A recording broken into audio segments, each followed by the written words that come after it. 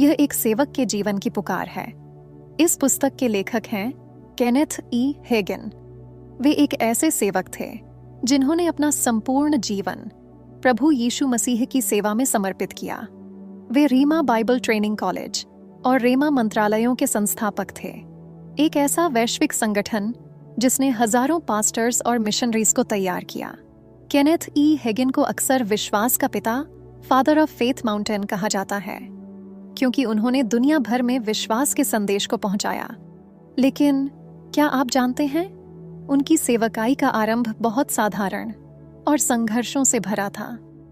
एक समय ऐसा भी आया जब वे गंभीर बीमारी से जूझ रहे थे। कई वर्षों तक उनके शरीर में कमजोरी रही और गरीबी उनकी जिंदगी का हिस्सा थी। वे परमेश्वर के वचन में विश्वास करते थे, फिर भी उनके पास आवश्यक जरूरतें पूरी करने के लिए साधन नहीं थे। और उस दर्द ने उनके मन में प्रश्न जगाया, प्रभु क्यों आपके सेवक कमी घटी में जिए? क्या यह तेरी इच्छा है कि जो तेरा अनुसरण करते हैं वे तंगी में रहें? लेकिन उन्होंने हार नहीं मानी। उन्होंने घुटने टेककर, सिर झुकाकर प्रार्थना की, प्रभु से उत्तर मांगा, और प्रभु ने उन्हें सिखाया कैसे उसके वचन पर खड़ा होकर विश्वास और आज्ञाकारिता से हर आवश्यकता पूरी हो सकती है। और वही रहस्य, वही प्रकाश उन्होंने इस पुस्तक में साझा किया है, how God taught me about prosperity. यह पुस्तक पैसे के लालच के लिए नहीं लिखी गई।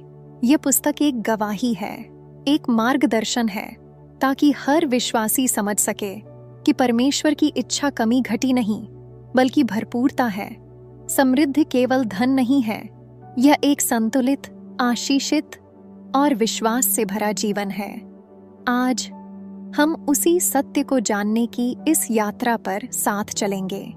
जय मसीह की प्यारे विश्वासियों, आपका स्वागत है faith book Hindi summary channel पर, जहां हम लाते हैं इंग्लिश क्रिश्चियन बुक्स की समरीज हिंदी भाषा में। अगर आप इस चैनल पर नए हैं तो कृपया चैनल को सब्सक्राइब करें और बेल आइकन दबाना न भूलें, ताकि हर हफ्ते परमेश्वर के वचन से भरपूर ऐसी मूल्यवान समरी सबसे पहले आप तक पहुंचे। तो चलिए अब शुरू करते हैं आज की बुक समरी को, how God taught me about prosperity by Kenneth E Hagin. पहला सिद्धांत, पैसों के लिए प्रार्थना मत करें। क्या कभी आपके जीवन में ऐसा समय आया है जब आपने प्रभु की सेवा पूरी निष्ठा से की हो, लेकिन परिस्थितियां आपके विरुद्ध रही हों? क्या आपने कभी अपने दिल से यह कहा है, प्रभु मैं तेरी इच्छा में चलता हूं, फिर मेरे जीवन में इतनी कमी क्यों है? ऐसे ही प्रश्नों से जूझ रहे थे परमेश्वर के एक सेवक केनेथ ई हेगन। उन्होंने अपना जीवन प्रभु को समर्पित कर दिया था। वे उपदेश देते, लोगों को विश्वास में जीवन जीना सिखाते, लेकिन उनकी अपनी परिस्थितियां बेहद कठिन थीं। जेब हमेशा खाली रहती, घर का किराया देना चुनौती बन जाता, कई बार तो भोजन जुटाना भी असंभव हो जाता। रात को वे प्रभु के सामने घुटनों पर बैठते और कहते, हे प्रभु, मैंने अपना जीवन तेरी सेवा में दे दिया है, फिर भी मैं कमी घटी में क्यों जी रहा हूं? क्या यह तेरी इच्छा है कि तेरे सेवक तंगी में रहें? उसके मन में यह सवाल बार बार गूंजता, अगर तू सबका मालिक है तो मैं गरीब क्यों हूं? और एक दिन उन्होंने बाइबल में यह वचन पढ़ा, फिलिप्पियों 4:19, मेरा परमेश्वर अपनी महिमा के धन के अनुसार मसीह यीशु में तुम्हारी हर एक जरूरत को पूरी करेगा। उन्होंने बाइबल को हाथ में लेकर प्रभु से कहा, हे प्रभु, या तो यह वचन सत्य है या मैं कुछ समझ नहीं पा रहा, मुझे सिखा, मुझे मार्ग दिखा।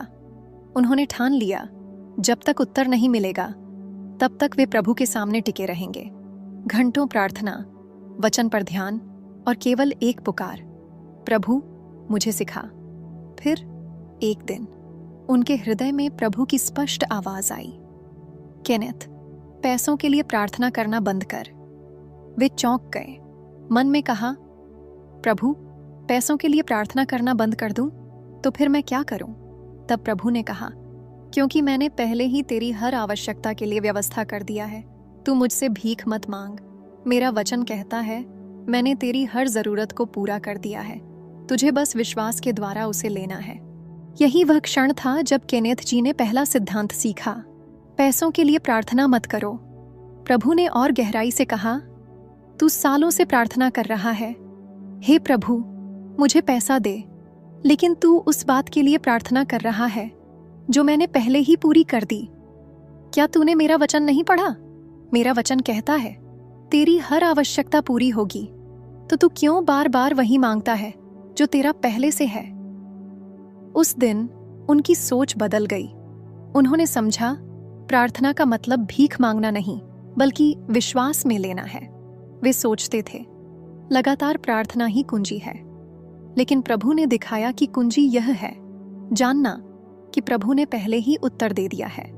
यह शिक्षा उनके लिए जीवन परिवर्तनकारी थी। उन्हें एहसास हुआ उनकी सबसे बड़ी समस्या परिस्थितियां नहीं थीं, बल्कि उनकी सोच थी। वे पैसों के लिए गिड़गिड़ा रहे थे, जबकि प्रभु कह रहे थे, मेरे बच्चे, मैंने पहले ही सब कुछ दे दिया है, तू उसे विश्वास में ले। उन्होंने तुरंत इस सिद्धांत को अपने जीवन में लागू किया। गिड़गिड़ाकर भीख मांगने वाली प्रार्थनाएं बंद कर दीं। परमेश्वर के वचन को पकड़ा और विश्वास के साथ कहा, प्रभु धन्यवाद, तूने मेरी हर आवश्यकता पहले ही पूरी कर दी है। और यहीं से उनकी आर्थिक यात्रा ने नई दिशा पकड़ ली। लेकिन यह तो सिर्फ पहला कदम था, क्योंकि प्रभु ने उन्हें केवल यही नहीं सिखाया, बल्कि और 3 सिद्धांत भी बताए जिन्होंने उनकी पूरी सोच बदल दी। दूसरा सिद्धांत, जितनी आवश्यकता है उसका विश्वास से दावा करें। केनेथ जी के जीवन में एक नई शुरुआत हो चुकी थी। उन्होंने पैसों के लिए गिड़गिड़ाकर प्रार्थना करना छोड़ दिया था, लेकिन एक सवाल अब भी उनके मन में गूंज रहा था, प्रभु अगर मुझे प्रार्थना नहीं करनी है तो करना क्या है? वे बार बार प्रभु से पूछते, प्रभु अब मैं अपनी आवश्यकताओं को कैसे पूरा करूं? अगर ऐसे नहीं मांगनी तो किस तरह मांगूं? और एक दिन शांत प्रार्थना के बीच प्रभु ने उनके दिल में स्पष्ट शब्द डाले, जितनी आवश्यकता है उसका विश्वास से दावा कर। केनेथ जी चौंक गए। विश्वास से दावा? प्रभु इसका मतलब क्या है?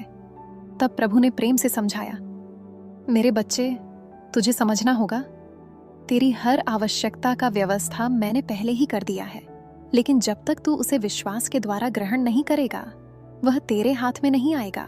तुझे बोलना होगा, तुझे कहना होगा, इतनी राशि मेरे पास आएगी यीशु के नाम में, क्योंकि मेरा वचन कहता है, नीति वचन 18 का 21, जीवन और मृत्यु जीभ के वश में है। केनेथ जी के लिए यह बात बिल्कुल नई थी। उन्होंने वर्षों तक यह सिखाया था कि प्रार्थना करो, लेकिन इस तरह स्पष्ट बोलकर दावा करना, यह उनके लिए अलग था। फिर भी उन्होंने प्रभु की आज्ञा मानने का निश्चय किया। उन्होंने सिर झुकाकर कहा, ठीक है प्रभु, अब मैं जितनी आवश्यकता है उसका विश्वास से दावा करूंगा। कुछ समय बाद एक अवसर आया। केनेथ जी को सेवकाई के लिए यात्रा पर जाना था, लेकिन खर्चा, यात्रा का किराया, भोजन, बाकी जरूरी बातें। उन्होंने सोचा किसी से मदद मांग लूं, लेकिन तुरंत प्रभु की बात याद आई। इस बार उन्होंने किसी को फोन नहीं किया, किसी से मदद नहीं मांगी। वे अपने कमरे में गए, घुटनों पर बैठे और पूरे विश्वास के साथ बोले, स्वर्गीय पिता, इस यात्रा के लिए मुझे $150 चाहिए और मैं यीशु के नाम में दावा करता हूं यह राशि मेरे पास आएगी। धन्यवाद, क्योंकि आपने यह पहले ही पूरा कर दिया है। और फिर वे शांत हो गए। न चिंता, न गिड़गिड़ाना, बस विश्वास। कुछ ही दिनों में चमत्कार हुआ। लोगों ने बिना कहे उन्हें भेंट दी। राशि ठीक उतनी थी, $150। केनेथ जी आश्चर्यचकित रह गए। उनके होठों से निकला, वाह, प्रभु का वचन सच है, यह सचमुच काम करता है। उस दिन के बाद उन्होंने यह सिद्धांत अपना लिया। हर बार जब भी कोई जरूरत आती, वे प्रभु से कहते, पिता, मुझे जितनी आवश्यकता है उसका दावा करता हूं। धन्यवाद, क्योंकि यह पहले ही पूरी हो चुकी है। और यही है दूसरा सिद्धांत, जितनी आवश्यकता है उसका विश्वास से दावा करें। यह केनेथ जी की गवाही ही नहीं, बल्कि बाइबल की सच्चाई है। यीशु ने कहा, मत्ती 7:7 में, मांगो तो तुम्हें दिया जाएगा, ढूंढो तो तुम पाओगे, खटखटाओ तो तुम्हारे लिए खोला जाएगा। लेकिन यह मांग गिड़गिड़ाने वाली प्रार्थना नहीं है, यह मांग विश्वास की घोषणा है, जहां आप दृढ़ होकर कहते हैं, प्रभु, मैं जानता हूं आपने मेरी हर आवश्यकता पहले ही पूरी कर दी है और मैं यीशु के नाम में उसे ग्रहण करता हूं। केनेथ जी ने यह अनुभव किया। जैसे ही उन्होंने स्पष्ट राशि बोलकर दावा करना शुरू किया, उनका जीवन बदलने लगा। कमी धीरे धीरे हटने लगी, आशीष बढ़ने लगी। लेकिन प्रभु की शिक्षा यहीं खत्म नहीं हुई, क्योंकि केवल वचन का दावा करना पर्याप्त नहीं है। जैसे ही आप विश्वास का कदम उठाते हैं, एक अदृश्य युद्ध शुरू हो जाता है। एक शत्रु है जो पूरी ताकत से रोकना चाहता है कि परमेश्वर की आशीष आपके हाथों तक न पहुंचे। और इसलिए प्रभु ने केनेथ जी को तीसरा सिद्धांत सिखाया, एक ऐसा सिद्धांत जिसने उनकी सोच को पूरी तरह बदल दिया। मनीष एक चर्च का युवा, दिल में परमेश्वर के प्रति सच्चा प्रेम था। हर हफ्ते चर्च जाने की इच्छा, लेकिन जेब हमेशा खाली। कई दिनों से वो यही सोचता, काश मेरे पास बस इतना पैसा होता कि मैं बस किराया दे सकूं और चर्च जा सकूं। काश मैं भी अपनी छोटी सी भेंट प्रभु के चरणों में रख पाता। लेकिन सच ये था, पॉकेट में कुछ नहीं। मनीष ने रात को घुटनों पर बैठकर प्रार्थना की, प्रभु, मैं तुझे दिल से चाहता हूं, मैं चर्च जाना चाहता हूं, मैं तुझे भेंट देना चाहता हूं, लेकिन मेरे पास कुछ नहीं है। प्रभु, मुझे सिखा, मुझे मार्ग दिखा। उसने आंसू पोंछे और बाइबल खोली। उसकी नजर सीधे एक वचन पर पड़ी, मत्ती 21:22 में, तुम जो कुछ मांगोगे विश्वास से मांगो तो तुम्हें मिलेगा। उस पल मनीष के मन में कुछ जागा। उसने आंखें बंद कीं और विश्वास से कहा, प्रभु, मैं यीशु के नाम में घोषणा करता हूं, कल तक मेरे पास उतना पैसा होगा कि मैं चर्च जा सकूं और तुझे भेंट दे सकूं। धन्यवाद, क्योंकि तूने मेरी बात सुन ली है। और फिर वो शांति से सो गया। अगले दिन मनीष उठा ही था कि उसके फोन पर एक मैसेज आया। मैसेज पढ़ते ही उसकी आंखें ठहर गईं। उसमें लिखा था, भाई, कल अचानक तुम्हारा ध्यान आया। कुछ समय पहले तुमने मेरी मदद की थी। मैं तब तुम्हें नहीं दे पाया था, लेकिन आज मैंने तुम्हारे अकाउंट में कुछ पैसे भेजे हैं। मनीष का दिल जोरों से धड़कने लगा। उसने अपना अकाउंट खोला और जब पैसे देखा, राशि ठीक उतनी थी जितनी उसे चर्च जाने और भेंट देने के लिए चाहिए थी। उसकी आंखों से आंसू निकल पड़े। उसने स्वर्ग की ओर देखा और कहा, धन्यवाद प्रभु, तू सच्चा है, तेरा वचन काम करता है। अगले रविवार मनीष चर्च पहुंचा, पूरे आनंद के साथ आराधना की और अपनी भेंट प्रभु के चरणों में रख दी। उस दिन मनीष ने कुछ सीखा। प्रभु से गिड़गिड़ाकर मत मांगो, विश्वास में घोषणा करो और देखो कैसे परमेश्वर रास्ता बनाता है। अगर आप इस पल तक हमारे साथ हैं, तो हमें यकीन है कि इस संदेश ने आपके दिल को गहराई से छुआ है। तो इस आशीष को यहीं मत रोकिए। इस वीडियो को लाइक करें, अपने विचार कमेंट में लिखें और इसे दूसरों तक पहुंचाने के लिए फेसबुक, व्हाट्सएप और इंस्टाग्राम के ग्रुप्स और पेज पर शेयर करें। अगर आपने अभी तक सब्सक्राइब नहीं किया है तो अभी कर लीजिए, ताकि अगली आशीष से भरी समरी सबसे पहले आपको मिले। अब आइए आगे बढ़ते हैं आज की समरी की ओर। तीसरा सिद्धांत, शैतान को आदेश दें कि वह आपके धन से हाथ हटाए। केनेथ जी का विश्वास बढ़ रहा था। पहला सिद्धांत, पैसों के लिए गिड़गिड़ाकर प्रार्थना मत करो। दूसरा सिद्धांत, जितनी आवश्यकता है उसका विश्वास से दावा करो। और इन दोनों सिद्धांतों को अपनाने के बाद उन्होंने परिणाम देखना शुरू कर दिया था।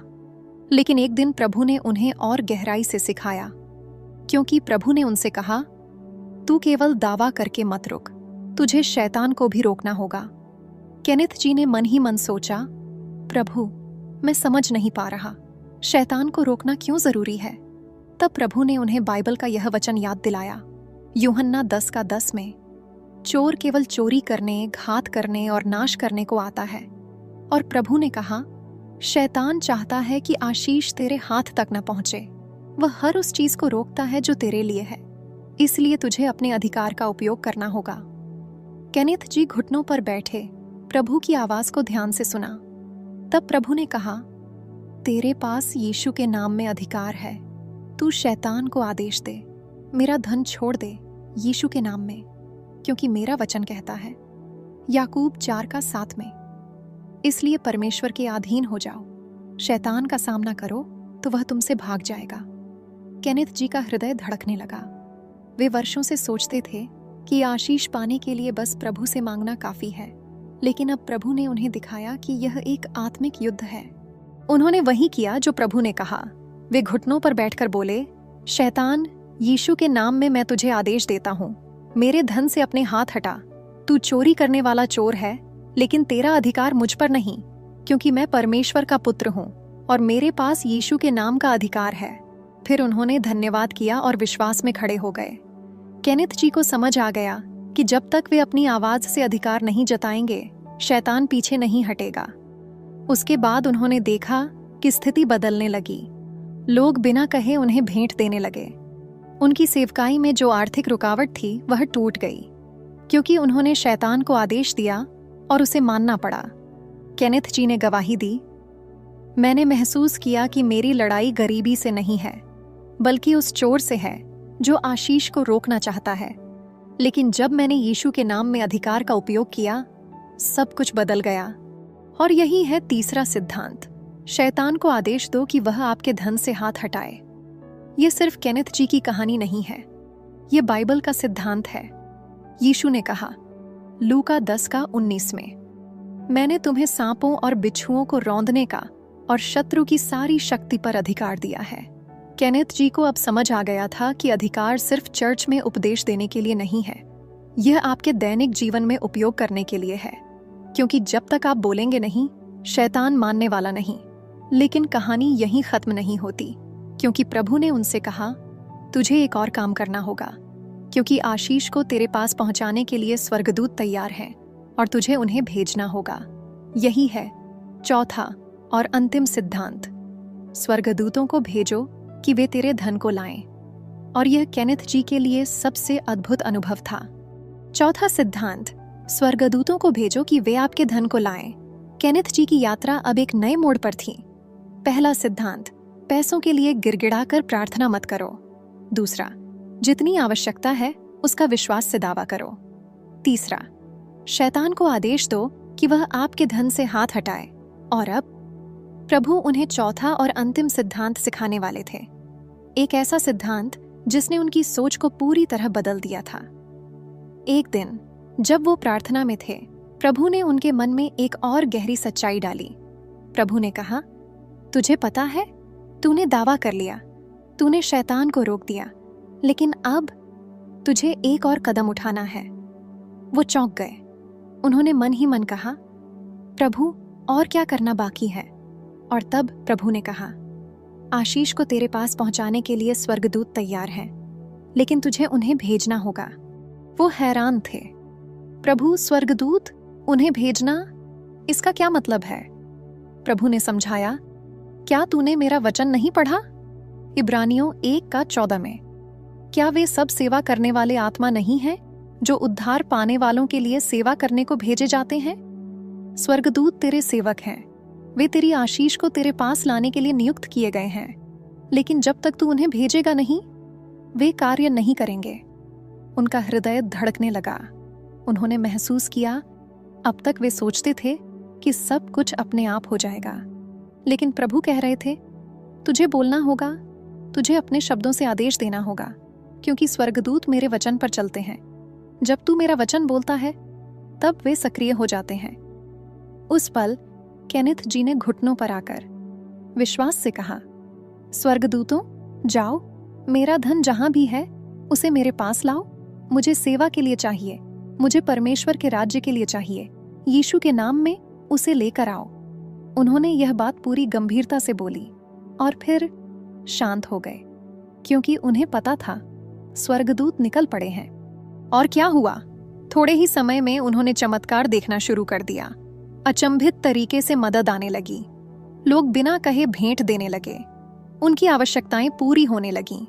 वो गवाही देते हैं, जब मैंने स्वर्गदूतों को भेजना शुरू किया, मेरी आर्थिक स्थिति में अद्भुत बदलाव आया, क्योंकि मैंने देखा प्रभु ने पहले से व्यवस्था कर दिया है, लेकिन उसे मेरे जीवन में लाने के लिए मुझे अधिकार का उपयोग करना था और स्वर्गदूतों को भेजना था। और यही है चौथा सिद्धांत, स्वर्गदूतों को भेजो कि वे आपके धन को लाएं, क्योंकि बाइबल कहती है भजन 103:20 में, हे यहोवा के दूतों, जो बलवान हो, जो उसके वचन के करने में निपुण हो, उसकी बातों के शब्दों को सुनते हो, उसकी स्तुति करो। स्वर्गदूत उस समय तक निष्क्रिय रहते हैं जब तक आप नहीं बोलते, लेकिन जब आप विश्वास के साथ परमेश्वर का वचन बोलते हैं, तब वे आपके लिए काम करने लगते हैं। उन्होंने यह 4 सिद्धांत अपनाए और उनका जीवन बदल गया। अब उनके पास न सिर्फ अपनी आवश्यकताओं के लिए, बल्कि औरों को आशीष देने के लिए भी पर्याप्त था। उन्होंने गवाही दी, मैंने सीखा कि परमेश्वर की इच्छा तंगी नहीं, बल्कि भरपूरता है, और यह भरपूरता सिर्फ उनके लिए है जो उसके वचन पर चलते हैं और अपने अधिकार का उपयोग करते हैं। तो याद रखिए, पैसों के लिए गिड़गिड़ाकर प्रार्थना मत कीजिए। जितनी आवश्यकता है उसका विश्वास से दावा कीजिए। शैतान को आदेश दीजिए कि वह आपके धन से हाथ हटाए, और स्वर्गदूतों को भेजिए कि वे आपके लिए आशीष लेकर आए, क्योंकि ये 4 सिद्धांत सिर्फ केनेथ जी की कहानी नहीं है, ये बाइबल का सत्य है। आज की बुक समरी यहीं समाप्त होती है। अगर इस हिंदी बुक समरी को सुनकर आपकी आत्मा में कुछ परिवर्तन हुआ है, तो वीडियो को लाइक करें, कमेंट में लिखिए, अब से मैं आर्थिक आशीषें पूरे हक और विश्वास के साथ मांगूंगा, या फिर वो आशीष जो आज आपने इस वीडियो में अनुभव किया। सब्सक्राइब करना और बेल आइकन दबाना मत भूलिए, क्योंकि इस चैनल पर हम लाते हैं दुनिया की सबसे असरदार इंग्लिश क्रिश्चियन बुक्स की हिंदी समरीज। शेयर कीजिए अपने चर्च के भाई बहनों के साथ, फेसबुक, व्हाट्सएप, इंस्टाग्राम ग्रुप्स और पेजेस में। धन्यवाद प्यारे विश्वासियों। प्रभु यीशु मसीह आपको नया जीवन, नई दृष्टि और नई आत्मिक ताजगी से भर दें। मिलते हैं अगले वीडियो में एक नई किताब के साथ, एक और आत्मिक यात्रा पर, यहीं faith book Hindi summary channel पर। जय मसीह की। आमीन। अगर इस समरी से आपको कुछ सीखने समझने को मिला है, तो यहीं मत रुकिए, बाईं ओर दिए गए वीडियो को देखें, जहां और भी गहरी बातें आपका इंतजार कर रही हैं। दाईं ओर की प्लेलिस्ट जरूर देखें, क्योंकि उसमें वो सीख है जो आपके जीवन को नई दिशा दे सकती है।